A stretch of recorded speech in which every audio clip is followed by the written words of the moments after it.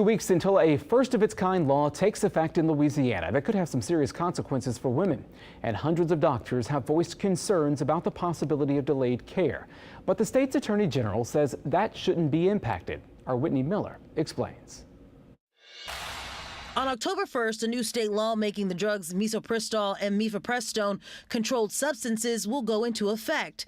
It's got local doctors buzzing about concerns of restricted access to what they call life-saving drugs.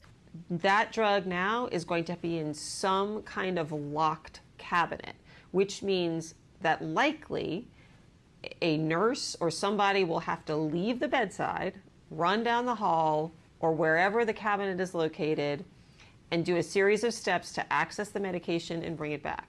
Dr. Avegno says those extra minutes could mean life or death to a hemorrhaging mother. That's what physicians are really worried about.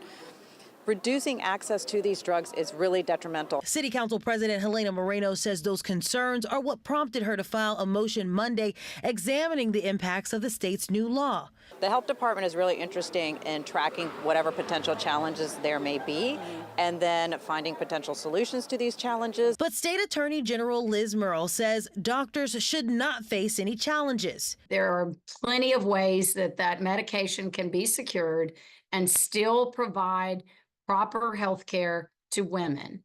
She says currently the drugs are too easily accessible, and the new law will protect women from risks of coercion, abuse, and criminal behavior. A legislator's sister was almost induced to have a miscarriage because her ex-husband was lacing her drinks.